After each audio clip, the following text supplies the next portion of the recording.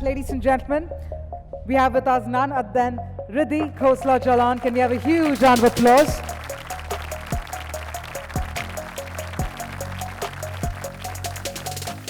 So firstly, Riddhi, thank you so much for joining us. And it's an absolute delight. This is the second time I'm meeting you in person, but I have to tell something really quick to people, with you, one thing I've seen is that the storytelling that you always do, the way you collaborate with brands, it's actually very influential. And I'll give you a recent example. She did a story, she did a post for Diwali, the kind of gifts that you would suggest for people to buy during Diwali. I'm not someone who generally goes online and buys, but when I saw your storytelling, I literally went and made that purchase, and it turns out to be one of my favorite pieces from this particular brand. It's a hand-painted nuts box that you had shared. Yes. That's right. I immediately purchased, and that's because of the way that you not just promote the brand, but you do that storytelling impeccably. So Riddhi, thank you so much for doing what you do. Thank you so much. Very kind of you. And the nuts box, you're right, I ended up getting sold out. So you have a big role to play in that. But thank you for having me, and thank you to the FOAID team, and thank you for everyone sitting in the audience for being here.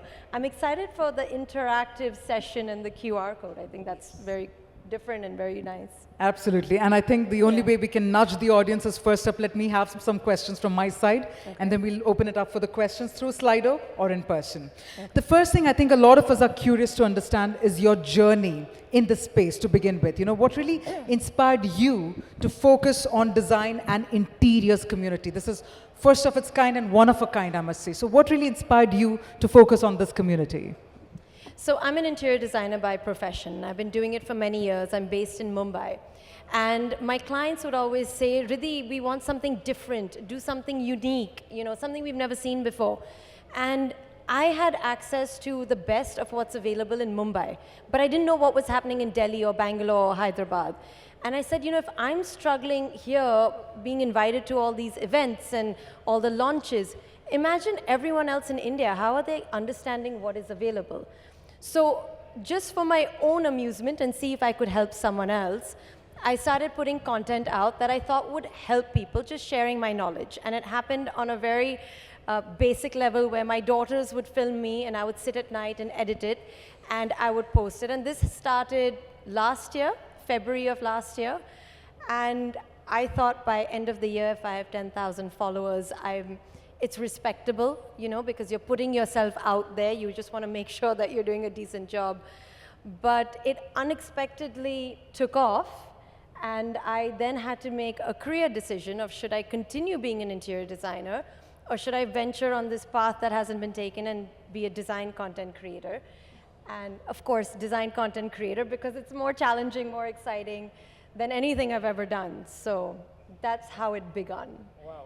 But thank you for blessing our feed with such impeccable ideas and such amazing work that's happening across. And as you had mentioned, there is Mumbai, there's Delhi, there's even recently you were in Dubai for that matter, right? Yes. So how do you get to share those ideas? So thank you for doing what you do again. But again, let's come back to the main point, because as we were discussing about this topic, I also realized a lot of us, we look at social media to harness connections, to build connections. And I want to ask you if there was any personal win for you in the year 2024, which turned out to be like the collaboration, either with a brand or an idea that you felt, I've used social media for the right reason, and I managed to get this win for the right reason. Anything that you'd like to share, an anecdote maybe? So I'll tell you a story. What I do is I do promote artists on my page pro bono. And there was this one artist who does 3D laser cutting artwork. And before we went live, he had 3,400 rupees in his bank account. And we went live, and in 3 days he had inquiries worth 40 to 50 lakhs. And the Chief Minister of Telangana's office reached out and said, will you create some artwork for the ceiling because they're making a new headquarters? And he said, should I show you my work? And they said, no, we've already seen it. Don't worry about how much it is, just start making it. And because he was on the verge of bankruptcy, he actually called me in tears. And that's when I realized, because a lot of times I put the content out there, but I don't always know a week or 2 weeks or 3 weeks later how it's impacting. I'll know immediately. But he called me bawling and he said, you don't understand what social media and what this video has done for me. And that's when I realized the gravity of it. And I was like, you know, I was doing this more just for fun and to do it for myself. But then I realized the impact. So that phone call changed the way I saw it. So many more stories like that. I don't know how much time we have, but I've actually got goosebumps just listening to this. I Yes. had no clue. Can we have a round of applause over there? that Because was incredible. we might look at you as a global content creator, but the responsibility that you're bringing in by making that impact, I think that's tremendous. That's Scary amazing. responsibility because suddenly I meet people and they say, we watch your content, and I'm like, you're watching? You know, for me, I just see numbers. I don't see the faces or the names or the people behind it. Yeah. So the more people I meet and they say, we watch your content, I'm like, okay, I have to be even more careful and even more careful. So there is that pressure that comes with it. There is that other side of the coin as Yes, well. yes. All right. So now let me also come to the storytelling bit, because that's something a lot of us also love about the way you do it. But if you could take us through the life of Riddhi in a day, what's your BTS like? What's behind the scenes? Yes, you connect with the brands. Yes, you connect with the designers. You get to share that idea. But how is your day literally like? How do you manage to stay consistent? So Kavya, every day is different, and that's what I love about it. I'll get to the storytelling in one bit, and I'll tell you about my routine or lack of routine. I travel about twice a week, and I try to do day trips, so I'm not away from home too much. I do have 2 kids and 2 dogs and a whole family and all of that I manage. But my work is 60% of my life, and I think 30% is family. And I know people say you should balance it and do 50-50 and family first and all of that. But I have a very clear understanding with my husband and kids. This is still a new baby, right? I've been doing this for just a year and a half. And whenever you have a startup or you're launching something new, you need the support of your family. So they have been amazing in understanding that work is a priority. If my kids call, I will take their phone call. They are older, they're 13 and 11, so they do understand that. And I've fully sacrificed my social life. I have no friends, I have like 8 friends, and that's about it. But on a daily routine, it's, I mean, are we getting into the details of it? Okay, I'll tell you. Yesterday, I woke up at 4:30 a.m., caught a flight, landed in Delhi by 10 a.m. I literally do my makeup either on the flight, I reach wherever I have to go shoot. I first ask 100 questions with the brand, make sure I'm okay. I've already done my research. I've already spoken to the CEOs or the marketing team or the sales team and asked my 100 questions, but it's always different when you're on the phone and asking questions and seeing the product in real life. There are a few times where I've reached my destination and said, I'm sorry, I can't shoot this because it's not up to what I feel should be on the page, and they're awkward conversations, but I'm not putting it out there. But 99% of the time it is okay. So I reach my shoot location, I ask my questions. I don't have a script in mind, I don't have a point of view in mind. And what I have learned is how normal content creators work is there's a PR team and they give you a script and they tell the content creators what to write. So the first time I was handed a script, I was like, ye kya hai? I'm not understanding. And they said, no, you have to say this. I was like, I'm not saying this. You are not an interior designer.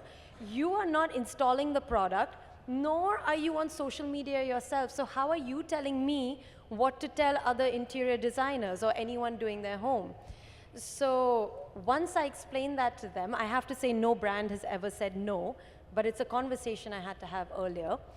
So I tell them it's very organic. I reach, I see the product, I feel the product, I understand the USPs, the features, and then on the spot, intuitively, I'm going to tell you, this is a pain point, this is what people don't know, this is what we need to talk about. So that's how the storytelling happens. It literally happens on the spot. Because of years of experience, I understand what a designer might want to know. Or as someone who's built her own home, I would know what kind of questions I asked. So if you have seen my content, it always starts with a question, Riddhi, where do I find this? Or Riddhi, how do I do that? And the reason I did that is because the narrative is, it's someone building their home or office, asking an interior designer, and I as an interior designer answering that question. So that is how I have built the narrative, because as a designer, we're asked 100 questions on a daily basis, and you're constantly explaining the same answers to various clients. So it's the same narrative that I have taken onto social media. So it's answering the pain points over there. Well, that's incredible because these are the questions that you're often inundated. So why not put it in the form of content and literally give that answer right out there? Right. Beautiful. But I'll take a leaf from your previous answer with regard to being consistent. And let me come to the point that even architect Reza Kabul had mentioned, which was to do with time management. Just a quick thought if you can share, because you were dabbling both the sides of it, right? As an interior designer, and then you moved on to becoming that global content creator. Time management, how do you manage it? Very quickly, because we have a lot of youngsters as well. It's the most important part of what I do. So time management, my every hour of every day is managed by my team. I have multiple WhatsApp groups dedicated to this because I need to optimize my time. Unlike fashion content creators where people can just send clothes and in one day you can film 10 videos, no one's going to send me marble or veneer or furniture or whatever it is that I'm showing. So for each video, I need to travel. And a lot of times that's an entire day. If I'm going to Hyderabad to show you what is the latest in some product there, I have to wake up at 5 a.m. and I only reach home at 10 p.m. or 11 p.m. So I need to maximize my time. My time, I think I would say, is 50% on research, is how I spend it. Most content creators have a glam team. I have a research team. So I'll be like, I feel I've seen this abroad. Has it come to India? Find out who's doing it in India. Has it not come yet? Okay, let's keep an eye on it. When is it coming into India? Sustainable, is it not? So all that research goes into it. I would then say only 20% of it is actually the shooting time. 10% is the editing time. And then the rest of the time is I'm just going out and meeting people. Networking is a big part of it. Not the part I enjoy the most, but it is something I need to do. Because it's a lot like Chinese whispers. Only once you talk to people and they say, we use this in Chandigarh or we use this in Kerala, do I come to know, oh, this is happening in Kerala? Okay, wait, let me take the name and number, send it to my research team so that they can find out. So that is how my team runs it, and that's how I manage my time. And that's how you manage your time. Brilliant indeed. Now, I have one final question before I open it up for the audience as well, either through slide or in person. What's next for Riddhi? In terms of your own brand. Don't ask me that. Or what do you think is a very important trend that you see in the world of India from a design perspective? What do you think is coming up big? So in terms of what's next, what I have learned from life experience is that you just never know where life takes you, because this journey of content creation changed my life. I can't even tell you how I don't think I can go back to the old Riddhi. I think I was living in a fishbowl, and this has just opened up, and I think I'm still in a fishbowl, but maybe it's even larger now. Mm-hmm. But the type of people I meet and the experiences I have is crazy. So I don't want to predict what I'm going to do in 5 years. I think I'll just take it 6 months at a time and then decide. Why think so big? It's okay. In terms of trend, and this really irritates me because I've traveled the world for design. You go to Salone, you go to Maison, but we as Indian designers are perpetually traveling abroad to see what their latest innovation is, or to be inspired ourselves. But we don't see those designers from the rest of the world coming into India. But there's so much happening here. When you go to a Salone or a Maison, it's the same brands in the same location, showing the same collection, but all they've changed is maybe one stitching design or some color or one material. And then you come to India and you see the exhibitions here, and the same brands have a completely different collection every single time you see them. So in my head, I was like, this is where people need to come. This is where people need to be inspired. So even through the page, I have Indians all around the world following me, and I get messages from people in Australia or Japan or the US and saying, we didn't know all this was even available in India. So I said, please come. You need to see, I think after COVID, the design world in India it's booming. There's so much creativity, and thankfully, it's not just copying what is being done abroad, but actually designing and creating original designs. So I think that trend is changing. I think people are noticing India. I also think that because we have such a large appetite now, which we didn't have earlier, people want to enter India and they want to target the Indian market.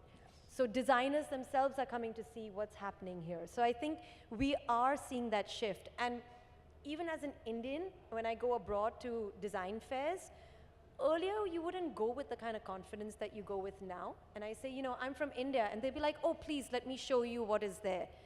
Earlier it was like, you know, they wouldn't give you as much time at an exhibition. So I see a massive shift. Right. And I think we're at the right place at the right time when it comes to being in India. That's an interesting observation that you've shared, Yeah. Riddhi, because there's a shift in that perspective, shift in that behavior, shift in the way they look at now India. While we are looking inwards, now the world needs to look at India a little more. Of course, they've already started doing that, as you're saying. 100%. If you go to Paris 10 years ago, I felt like a second-class citizen. I think maybe my brown skin or whatever it was, and they wouldn't even speak to me because I didn't speak French. And I said, I'm not French. I'm not going to speak to you in French. Like, you need to talk to me in English. Now, I went to Paris and the immigration officer is saying, Namaste, welcome to Paris. So I was like, okay, you know, you can see the tides are changing. So it's a good place to be in India right now. It's a good place indeed. All right. That means it's also the right place right now to open the floor for questions. What we'll do is, okay, right here, we have the first question coming in from Studio Earthbox. So Riddhi, how do you see the future of social media and influencing, and how do we deal with information overload? Very interesting. So I think the future of social media is about to explode, and I think especially in our industry, because I see a lot of interior designers now becoming content creators themselves, and I feel especially the younger generation is just going to take it to the next level, because suddenly it's a whole new career path that people didn't even know existed. So I think it's going to boom. I think the next 5 years, you're right with the term information overload. I think it's going to become a little confusing to know who is authentic, who is not authentic, who is doing it because they're getting paid, and who actually believes in the product. So I think there's going to be a lot of confusion in the next 5 years. And then I feel there's going to be a bit of a decline, because I feel people will say, it's just too much. It's just too much information. We don't know what to believe, and kind of walk away and say, I'd rather see it myself and experience it myself. Especially with AI coming in, you don't even know what's fake or what's real. And you know, there'll be so many doubts 5 years from now. I think trust will be gone. And I think that's when you see a decline and you'll see a lot of issues come in. There's definitely information overload. In terms of information overload, I think you have to I have a screen time password of how many hours I can spend on Instagram, and that's 2 hours a day. And I do it for research and just my work, and I think you have to limit yourself. It's a hard uphill battle to find. But that was a very authentic, a very interesting answer you said in terms of the decline that you also see because of whatever is happening. So that was as authentic as it could get. I'll quickly move on to the next question coming from Ruchi Tandon. What should be the budget of content creating and video editing if you're starting journey as an interior designer on social media? Ruchi, I think it should be zero. I don't think you should spend anything on it. I think if you have a team, ask someone to record you and you can learn to edit yourself. That's exactly what I did. People don't care about the quality of your production. They care about what value are you giving them. So I'll tell you a story of my own. I started sharing content with my kids, and they're still kids, right? So at one point, I was recording something live, and in the middle of my recording, my daughter blew her nose, and I can hear it in the video, and there's nothing I can do to edit it because it's live. And I was wondering, should I put it out? Should I not put it out? And at that point, there were like 10,000 followers. I said, okay, chalega, yeah, it's okay. And I put it out anyway, and it went viral. And I was like, how? My daughter's blowing her nose in the middle of it. And I mean, the content was very good. It was how you can automate your home without doing any wiring. So the content was great. The production was like a C minus. So I don't think you should spend any money on it. I think you should put effort into what you're putting out and what the purpose is. Don't just do it because you want to be recognized. Like, you have to understand what is your purpose. Then I think you'll be on the right track. Lovely anecdote over there as well. Thank you for sharing that example. Quickly moving on, because I still have 4 minutes left. Should one follow trends and algorithm or stick to brand principle? What does that mean? I didn't completely understand. Follow trend and algorithm or stick to brand principles? So I'm guessing a lot of people, for example, right now, Apata Pata, the dance is going viral. So should founders or brand owners also start doing something on that track so that they follow the trend, so that the views are more? I'm guessing that's where it's headed. Or just stick to your own principles and go with the flow, your own flow. So there are a lot of these dances that go viral or soundtracks that go viral. I think we're in a very professional industry, right? I think if interior designers start doing things that are trendy, you lose your credibility, which is why you won't see me dancing around or doing any of these trends. Because that's not the purpose. I'm not here to entertain you. I'm here to give you education and show you what I see. So I don't think you should get carried away by that, but also be intelligent enough to understand that Instagram is a business. They want people to be hooked on for as long as possible. So every 3 months to 4 months, they change their algorithm.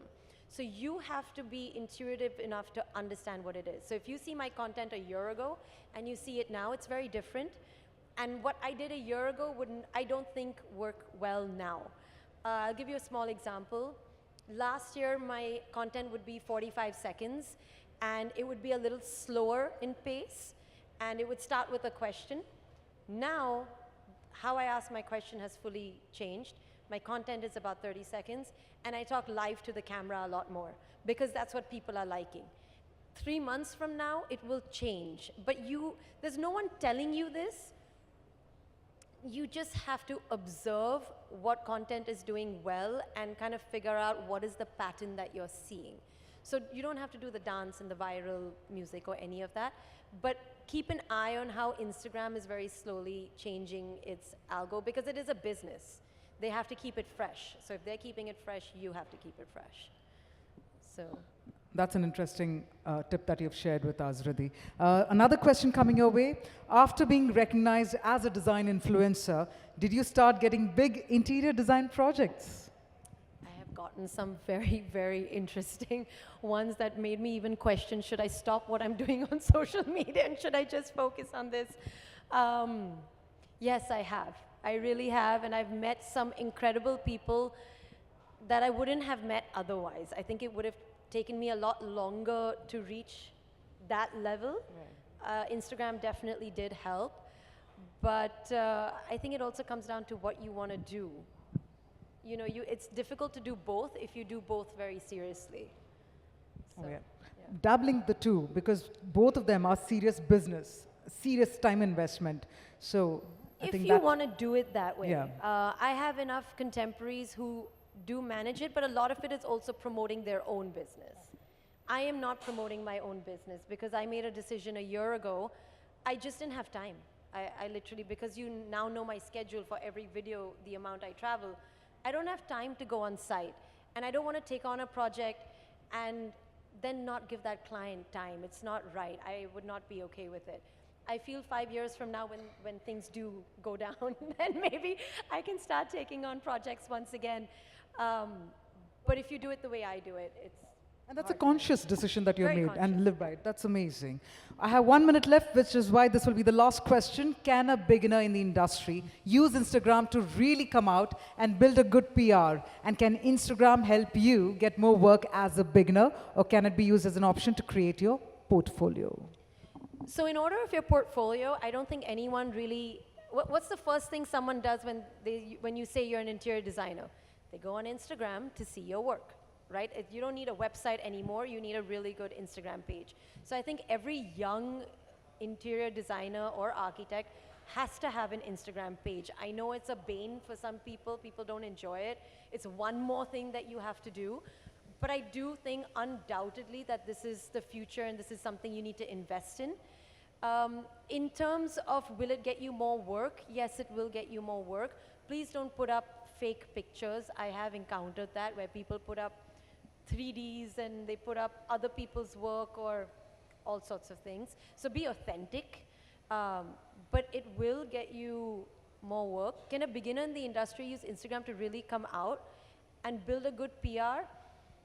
I don't think you can build a good PR through Instagram. I think you do that through word of mouth when people are happy with your work. But it's a nice way of putting a portfolio out. But the best, number one way, which will never be replaced, is word of mouth from current clients who like your work. That just cannot be replaced. So it says time's up. It's like, But I love that reality check you just gave us. It's about word of mouth will be always, the traditional style will always be the number one way to actually take that business forward. This is where the AMA session, also it's the time's up. But ladies and gentlemen, can we have a huge round of applause for Riddhi Khosla Jalan? Thank you so much, Thank Riddhi, you. for joining us.